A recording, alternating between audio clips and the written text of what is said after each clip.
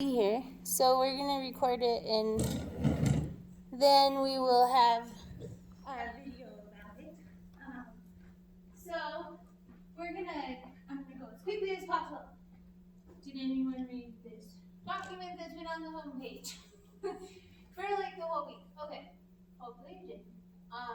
So this field trip, the idea of it is really about a community of data collection and getting this sense of it's your responsibility to monitor your own life in an environmental science perspective. So you will monitor the water coming out of your tap, and we're going to look at the river, and we're going to think about the source water to the end water. So we're like the end user, the residential user. And the tools we'll use to collect data in our realm are different than the tools that, say, the district uses to collect the water that is presented in a water quality report. So by law, all citizens have access to the annual drinking water quality report for their town. And so this is a different level of data collection. And actually we have the great fortune to use the scientific grade equipment today when we get outside. We'll be collecting water measurements, both with the tools we can use at home and with the tools that we hope that our regulators and research scientists are using to collect a level of data that's more reliable. So here's where your Eagle River water quality report is, and I thought you might be able to look here for primary source information if you want to pursue your question further. So you can watch this video from another semester, and I did take a video of the Blue River Watershed headwaters today, but I don't know how to get to the top of Gore Creek, which is the top of the watershed we're in right now. So what I want you to appreciate looking at this map is that all these color blocks are different watersheds. And there's really almost nowhere else in the United States where an area is in control of so many watersheds. So if you think about the Arkansas River and the South Platte being on the eastern slope of the continental divide, that water eventually makes it to the Gulf of Mexico. So we're skiing on the drinking water for half of America at least. And then here on the western slope, all our waters are feeding right here in this area through the Colorado Basin. But through southern Colorado, you can see we're feeding Gunny and the Rio Grande, San Luis Dolores. And these are huge river systems. Our water literally goes to all of the western and midwestern states. And then if we take a closer look, earlier today, this is Hoosier Pass right here, Quandary Peak, Breck, Silverthorne, and the blue goes out to the Colorado River at Kremling, okay? But now we've moved down to a different water system. And here we are in the Eagle, and what we want to think about is the different kinds of contamination and resource elements that exist in different orders of streams. So where you see creek names in a light blue, those are primary order creeks, and that means they're the headwaters, okay? And here in Colorado, most of the issues in environmental science that we discuss, like we just did in our introduction at Climax Mine, for example, we have a lot of resource extraction in these primary order areas. And then when two primary order streams meet, they become a second order stream. And when two second order streams meet, third order, etc. And so you can see where we are here. There's Avon and Eagle. And if you trace it back here, you know, this is the highway. So I traveled here from Gore Creek into the Eagle River. And so then when we think about that, here also we have Glenwood Springs. So now we're even farther down the river, okay? And so we have the Colorado River right here. This is where we're coming in from Eagle. And at Glenwood, we have the Roaring Fork, a whole nother system from Aspen, another area of our campus, feeding into the Colorado River and onwards. And if you, out here is where Rifle is. I don't think I have that right now, I'm sorry. But I will add that to the slideshow here. And then bigger picture, here's the multi-state perspective. our upper basin of Colorado, lower basin funneling out here by Baja. So these right here, the river is intermittent. The water doesn't even go there anymore all the time because of all the resource uses we just discussed. So here's a diagram just describing that concept of stream order. And again, we'll really talk about water in Module 4, and we'll talk about waste management and water quality issues in Module 3. So this might seem a little foreign to you right now, but just think of this as an introduction. So we started today at going over Hoosier Pass. This was the headwaters. What I want you to appreciate is that here where the area in the subalpine landscape, the slope is very steep, right? Very steep slope. That means the velocity of the water is greater. It's moving off the landscape. And back here at the top of Pondry, actually, even the vegetation in the soil are falling off the landscape. And so these are the water droplets falling from the sky into your first opportunity to find a low slope, right? So the headwaters are places when you go hiking where there's alpine willows and all of a sudden there's no slope. So the water is slowed down. And that's where the water starts to collect and then it builds into these streams that travel out. So when we're in Bracken March, that's what it looks like. Bracken June, that's what it looks like. I don't have today there.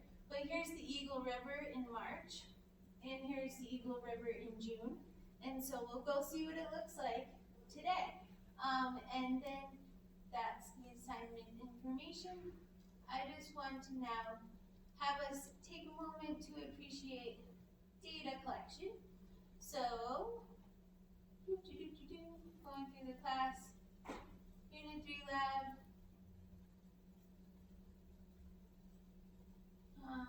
Has anyone looked at this yet? So in Unit 3, you'll use something like this. We don't have this exact kit here today. I do. Oh, you do? Awesome. Yeah, I brought it. We're not using it now, though, I guess. I read, right? That's okay. Okay. And so then down here, we have this shared spreadsheet that has all the data that students have already collected in these field trips. And this is the home water quality data from Lab 3. So you'll end up collecting data that looks like this using the equipment that we'll use today. And so we want to think today about data collection, and we want to think about what it is, the tools that we have to collect data. So at this point, I'm going to pass out, anyone want to open this? Ladies? And you can pull yours out if you'd like. Okay. We're going to just look at what these schools are. Okay, we're good. We'll be quick. Here's another, I think this one got used up today. But you can take a look at what it might be like. Let's see what else we got here.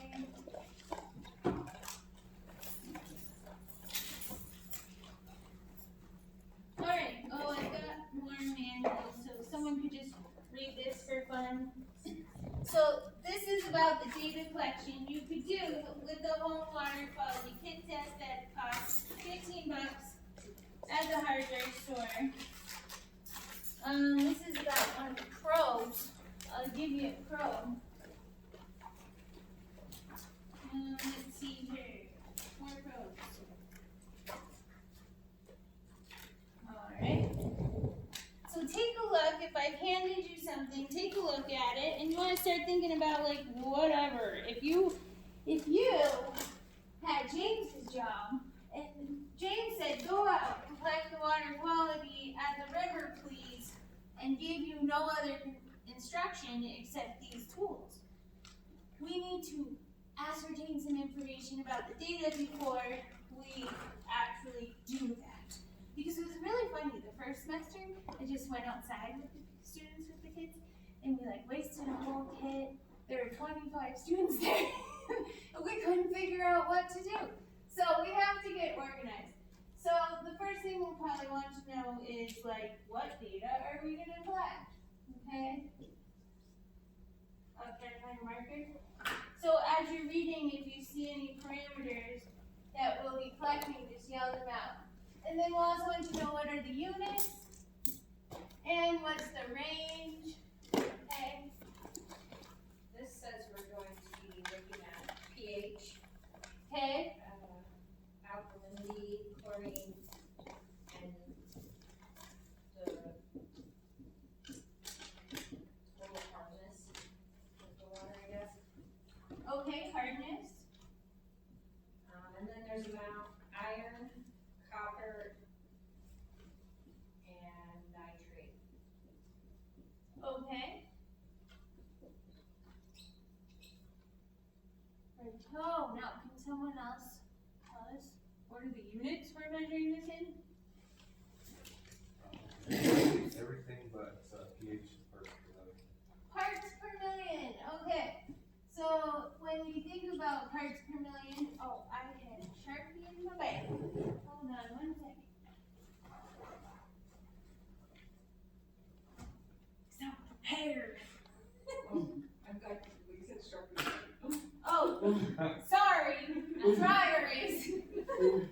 Yeah, this is knowledge forever. This is how you make it permanent. You write it in Sharpie.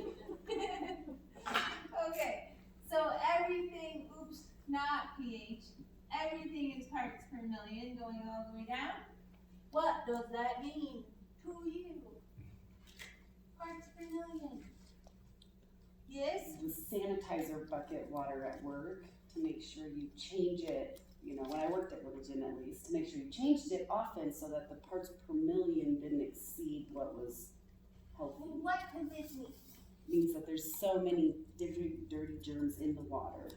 Okay, so Not germs. the million part is referring to the water, okay? So if there were 1 million parts water in here, okay? Then parts per million would be how much contaminant there is, okay? And so also we learned in the first field trip that 1 parts per million is equal to 1 milligram per liter. Because of course you have to make sure you're understanding the unit, right? And so let's move on. Range. Can you guys call out the range? Like your data collection tool measures what range of data? For pH, this one does 2 to 12.1. Okay. And there is an alkalinity from 0 to 24 ppm. Chlorine from 0 to 10. Iron, hardness from 0 to 425. Iron 0 to 5. Copper is the same, 0 to 5. Nitrate 0 to 50, and nitrites 0 to 5. Okay, and then what was chlorine? Chlorine 0 to 10. 0 to 10. Yeah. Oh, we're just gonna leave that off of here. For the sake of people being able to see. Okay, so now the next question would be, what on earth are these things? Do you guys have any idea what any of these things are? pH is the table. Alkalinity is a base, but it's been a while since Alright, that's my beaker. And it's filled with water, so what do you think is in a beaker of water? Parts. What molecule? H2O. H2O, okay. Well, guess what? It's not actually just H2O. This auto-dissociates, and to remain at a pH of neutral, that means there's no charge in the solution. But actually in water, there's also hydroxide and hydronium ions. An ion is something that has a charge. If it has a positive charge, it's a cation. If it has a negative charge, it's an anion.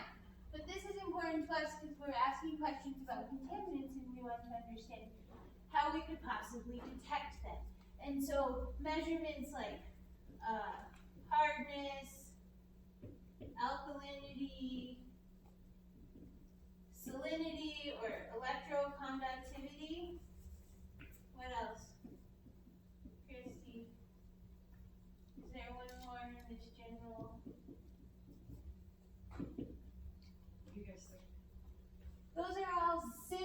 water measurements, and essentially they're measuring what's in the water that's making the pH change, essentially. Salinity is similar to pH, except it's not just about hydrogen ions, it's about the other ions, so the ones that might be perceived as contaminants.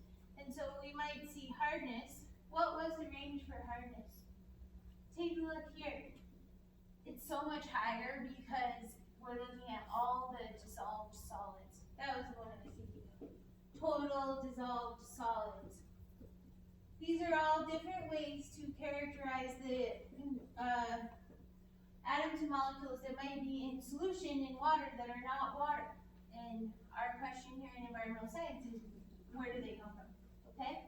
And so when we're out there, we want to take a measurement and compare it to the range. So on your paperwork, can you see anywhere what the acceptable range is? How are they determining the acceptable range with the tools at your disposal there?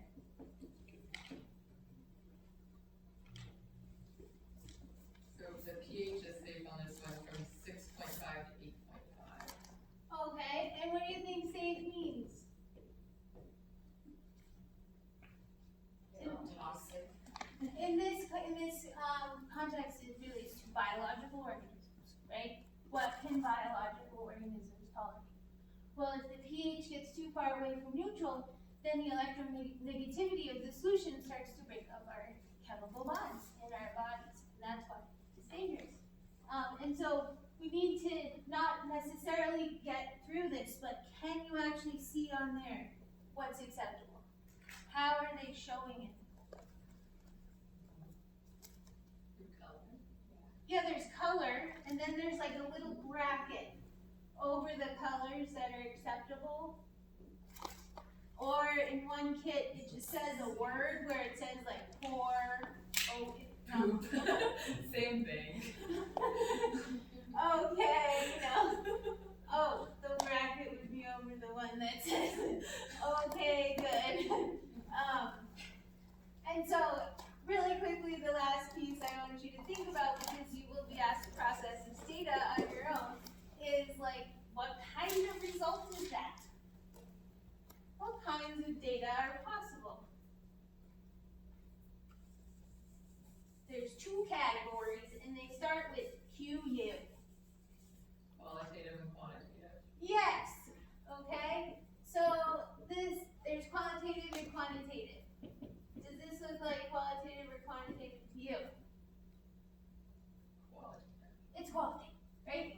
You've got some colors, you've got some words, and then quantitative data is when we get outside and we're working with the equipment. Chrissy's gonna show us how we use quantitative data. On the other end of the spectrum, in the regulation arena or the research arena, and we'll think about how those are different. And a lot of times they're both very valuable to science. But in the case of water quality, we will probably decide that the quantitative data gives us more information. So the last piece that I wanted to give is if you have such data, oops, that's not the right way. Right? In the end, you're gonna answer questions like, is it green? Is it yellow? Is it orange? Is it pink? And those are bins of information. And, or is it safe? Okay, good, that's called categorical data. Okay? And so a lot of times in this class, you're collecting categorical data. And that is properly demonstrated by a bar graph, because you're asking yourself, how many samples were perceived to fit into these bins, okay? And so then the alternative, and many times with quantitative data, but these are gross generalizations, you have time, and then you have some kind of response, like a biological response. And then since time unit 1, 2, 3, 4 seconds are all related, that is depicted in a line graph. And so there's a line graph employed, and the data you're showing here is one sample or the average of several samples. Does that make sense? And so when you're out there with these different tools, we're gonna use all the different possible tools. Think about what's possible in the data transformation and analysis, and how confident are you in your results. Now, there's a couple problems with this student collected data sheet, and I want to use it to inform you. So say you wanted to find out the average pH in gypsum, okay? So we're right here, all right? What's wrong with that data? Not all of them have it in there. Okay, should the unit be in there when you want to do math with Excel? No. If it is in there, then Excel thinks that you are not reporting quantitative data, okay? And oops, I did that wrong. So if you want to make what's happening? Sorry. Equals. If you want Excel to do, or Google Sheets, whatever. If you want it to do math for you, equals. And then there's a whole bunch of different equations behind there, but let's do average, okay, and then parentheses, and then we're gonna pull right here just these 4 data points. Oh, it actually worked. That's shocking. It's not supposed to work. pH should be. Maybe it's AI. It's AI. The data sheet's getting smarter than the students. So there we are. But the basic message that was not demonstrated right there is that you can't have letters when you're trying to compute quantitative data. And then we did discuss briefly standard deviation and the idea that there is variability in this data. And so when we want to if 2 samples are different, we can do a calculation of standard deviation. And so if these were 2 samples, does anyone know what standard deviation means? The difference from the mean, how much it deviates Yes. away from the mean or the average. Excellent. Yes, that is exactly what it means.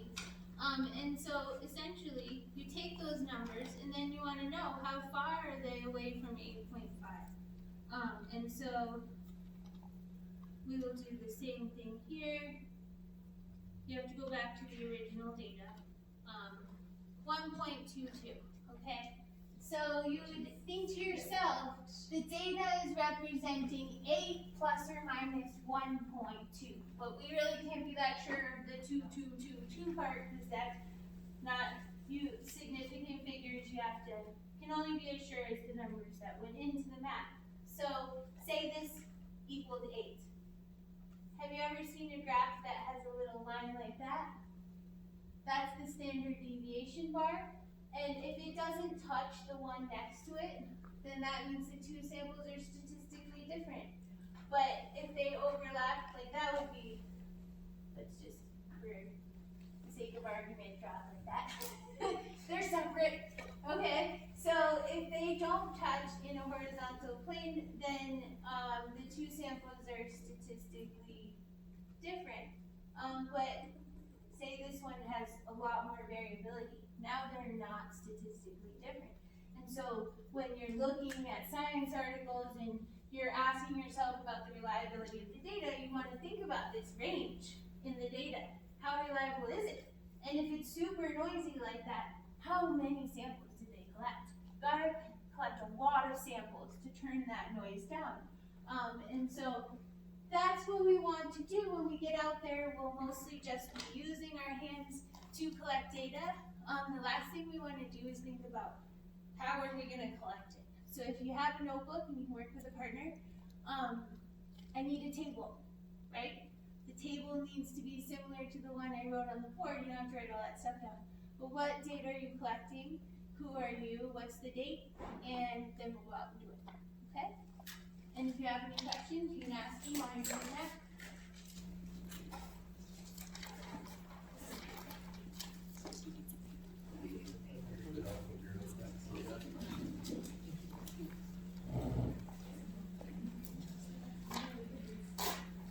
Do you need paper pen? I have pen. What didn't you do? Bring a notebook and Oh, that's okay. I have some, here, I have some. Look, I have notebooks, I have clipboards. Don't bring anything, and I was like, well. Okay.